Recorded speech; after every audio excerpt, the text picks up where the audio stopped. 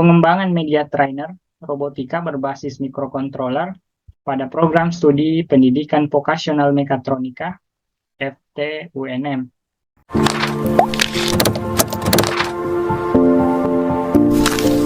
Assalamualaikum warahmatullahi wabarakatuh. Kembali bertemu dengan saya di channel Wahyudi. Ya, jadi untuk hari ini saya akan membahas mengenai bagaimana cara saya melaporkan seminar hasil penelitian saya pada Prodi Pendidikan Teknologi Kejuruan Program Pascasarjana Universitas Negeri Makassar pada saat itu masuk di tahun 2021.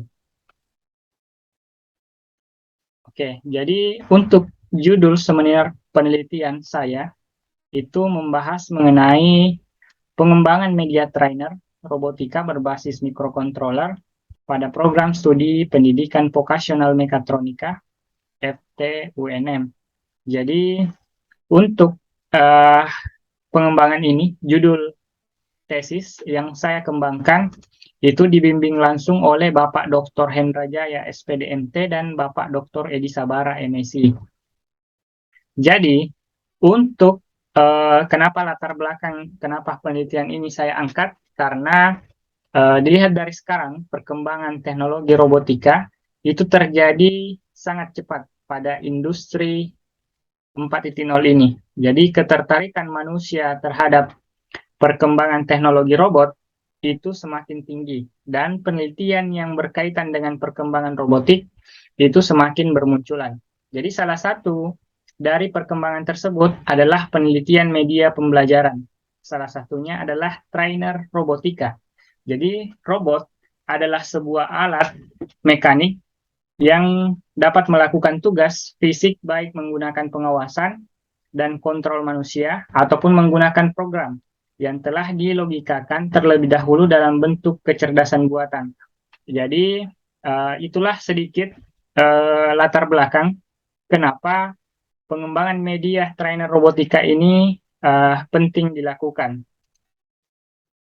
Jadi di dalam sebuah penelitian itu pastinya ada yang namanya rumusan masalah.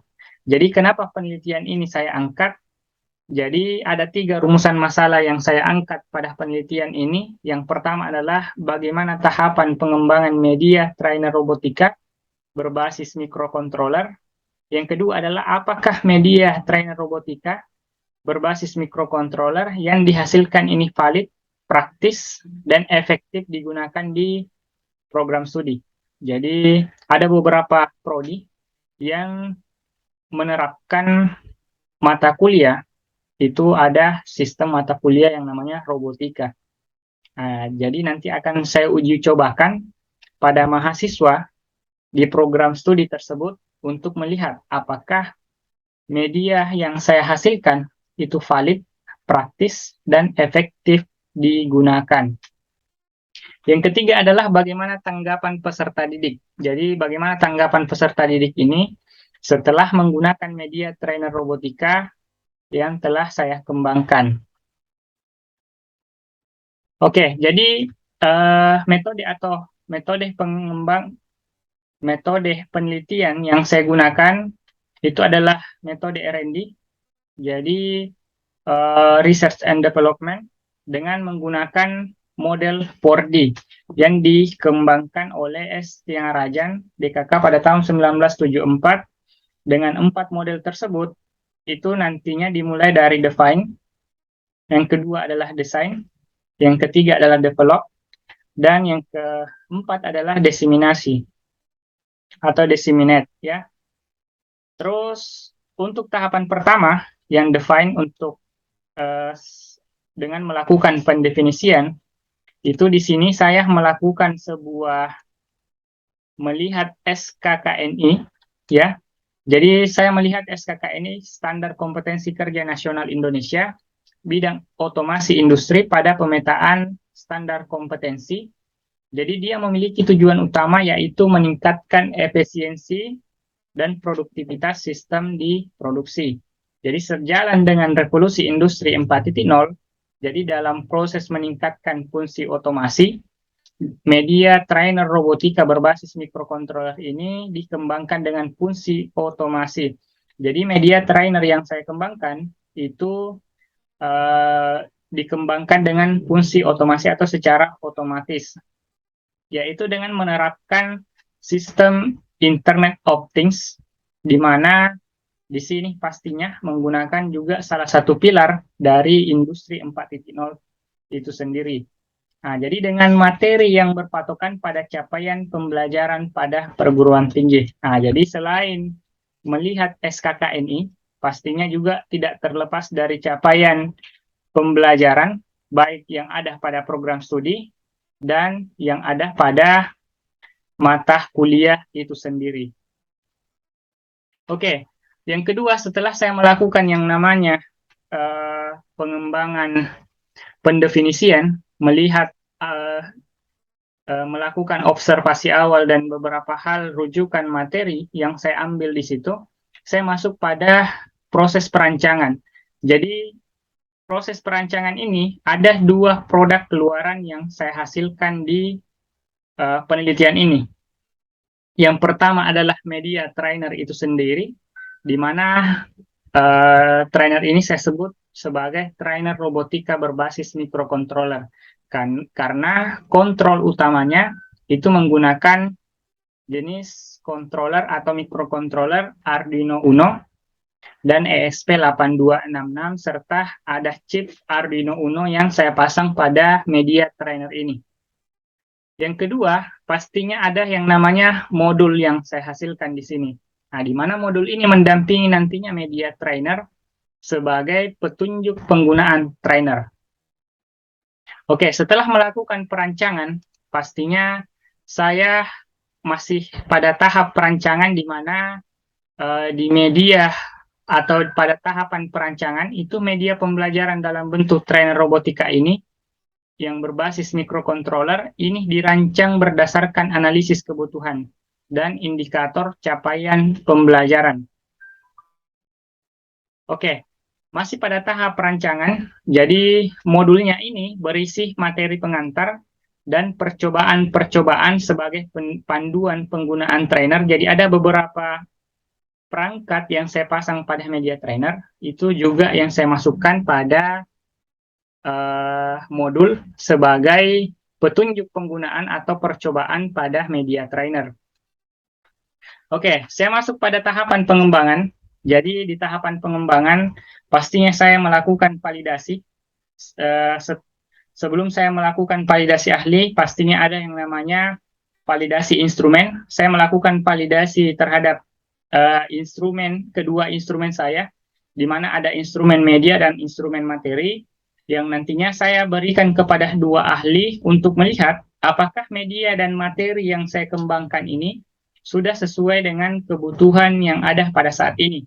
Nah, di mana dari hasil yang saya kembangkan, untuk hasil validasi media, itu untuk validator pertama itu memberikan penilaian bahwa 90,62% itu media ini dikatakan layak. Jadi dari sisi aplikasi dan perangkat. Jadi kalau misalkan saya rata-ratakan, itu sekitar 43,75%. Itu cukup tinggi. Bukan lagi cukup tinggi ya, sangat tinggi. Nah, terus untuk dari sisi tampilan, validator pertama memberikan 90%, validator kedua memberikan nilai 95%. Jadi rata-rata yang dihasilkan dari sisi tampilan itu validator memberikan penilaian 92,5%. Nah, bagaimana dengan validasi materi? Di sini saya melakukan validasi dari ada 3 aspek atau 3 item. Yang pertama adalah isi, yang kedua adalah kebahasaan, dan yang ketiga adalah penyajian. Dari sisi isi, itu rata-ratanya 96,87%, kebahasaan itu 87,5%, dan yang ketiga, penyajian itu 95,83%. Nah, jadi ini tahapan pengembangan yang saya lakukan setelah saya melakukan perancangan pembuatan media trainer dan modul. Saya masuk pada pengembangan dengan melakukan uji atau melakukan validasi pada kedua ahli, yang ahli di bidang robotika dan media pembelajaran. Oke, masih pada tahapan pengembangan. Jadi selain ada instrumen lain, pastinya ada validasi soal dan yang akan nanti saya lakukan untuk menguji keefektifan pada siswa. Nah, terus ada validasi lembar instrumen yang nantinya saya gunakan untuk menguji atau melihat apakah instrumen yang saya gunakan itu layak untuk digunakan. Oke, setelah itu saya melakukan penyebaran. Jadi di tahapan penyebaran atau istilahnya diseminasi, itu saya melakukan yang namanya uji one-to-one, uji kelompok kecil, dan uji kelompok besar. Oke, uji one-to-one saya melakukan uji coba pada 3 orang mahasiswa. Jadi saya mau melihat apakah seperti apa respon mahasiswa atau peserta didik terhadap media trainer yang telah saya kembangkan dari aspek aplikasi, dari aspek tampilan, dari aspek konten, dan aspek bahasa. Dari keempat penilaian tersebut, saya mendapatkan hasil atau rata-rata sekitar 88,49% dengan kategori sangat praktis. Nah, jadi untuk uji one-to-one, saya anggap berhasil, dan karena dikategorikan media trainer yang saya kembangkan itu sangat praktis. Selanjutnya, setelah saya melakukan uji coba untuk 3 orang mahasiswa, saya masuk ke uji kelompok kecil dengan melakukan uji coba kepada 5 orang mahasiswa. Nah, jadi dengan item pertanyaan yang sama, dengan 4 aspek yang sama, itu mulai dari aplikasi atau perangkat, tampilan, konten atau isi, dan bahasa, itu dari 80 setelah melakukan perbaikan dari masukan dari uji kelompok, uji one-to-one tersebut, itu nilainya meningkat dari yang sebelumnya itu adalah 88,49%, meningkat ke 91,82%. Nah, saya pikir nilai ini peningkatan yang sangat tinggi, ya. Nah, setelah dan uji kelompok kecil saya anggap berhasil. Oke, selanjutnya setelah saya melakukan uji kelompok kecil, saya melakukan yang namanya uji kelompok besar dengan melakukan secara langsung pada 19 orang mahasiswa dengan pertanyaan dan item pertanyaan yang sama, mulai dari aplikasi, tampilan, konten, dan bahasa. Jadi dari 4 item ini itu menghasilkan nilai rata-rata 92,71% dalam kategori sangat praktis. Nah, ini dari 91,82 meningkat menjadi 92,71%. Jadi ada sekitaran 1, peningkatan dari uji kelompok kecil masuk ke uji kelompok besar. Jadi setelah menerima masukan dari beberapa item pertanyaan dari uji kelompok kecil, saya masuk ke uji kelompok besar, melakukan perbaikan. Nanti setelah saya melakukan uji one-to-one, kelompok kecil, dan uji kelompok besar, saya melakukan uji pengetahuan atau di mana saya melakukan yang namanya pretest dan post-test, ya. Jadi ada 2 kelompok yang saya lakukan, ada 1 kelompok belajar yang saya berikan perlakuan di mana saya lakukan pertama pretest, terus yang kedua saya lakukan post-test untuk melihat apakah pengetahuan mahasiswa setelah menggunakan media trainer ini ada peningkatan atau tidak.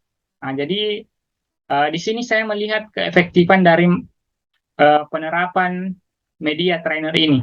Jadi setelah saya melakukan uji pengetahuan, di mana N-gain atau nilai yang dihasilkan itu kategori tinggi dengan nilai 0,77, ya. Jadi bisa saya simpulkan bahwa media trainer yang saya kembangkan itu kategori tinggi. Oke, kesimpulan yang bisa saya simpulkan pada penelitian ini, itu di mana pengembangan media trainer robotika berbasis microcontroller itu dikembangkan menggunakan 4 tahapan, yang di mana itu adalah analisis kebutuhan, di mana saya melakukan analisis kebutuhan pentingnya dilakukan pengembangan media trainer ini. Yang kedua adalah perancangan, di mana melakukan perancangan media trainer robotika berbasis microcontroller beserta perangkat-perangkat lainnya yang berkaitan dengan media trainer ini. Nah, yang ketiga adalah pengembangan, di mana saya memastikan produk yang saya kembangkan itu layak untuk digunakan dan diuji cobakan di lapangan, yang didasarkan oleh penilaian para ahli. Yang keempat adalah penyebaran atau implementasi, di mana saya melakukan implementasi produk yang telah saya rancang dan telah layak ke mahasiswa untuk dapat memperoleh data kepraktisan dan keefektifan penggunaan media. Oke, jadi produk trainer robotika berbasis microcontroller telah dinyatakan valid atau layak untuk digunakan dibuktikan oleh penilaian 2 ahli dengan hasil persentase kelayakan 93,13% untuk kelayakan media dan 93,41% untuk kelayakan materi.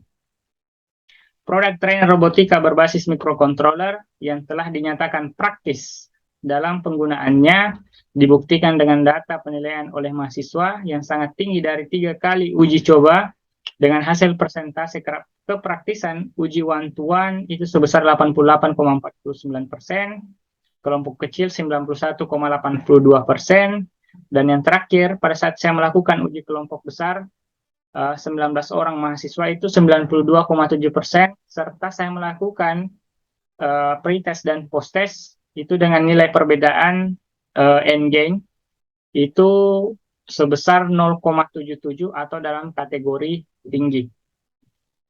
Oke, jadi itu hasil dari penelitian yang telah saya kembangkan untuk perangkat atau media pembelajaran robotika, di mana ini juga saya angkat jadi penelitian tesis supaya memperoleh gelar Magister Pendidikan pada Universitas Negeri Makassar. Oke, baik. Sampai di sini dulu penjelasan saya mengenai pembahasan media trainer robotika berbasis microcontroller ini. Lebih dan kurangnya mohon dimaafkan. Wabillahi taufiq wal hidayah. Assalamualaikum warahmatullahi wabarakatuh.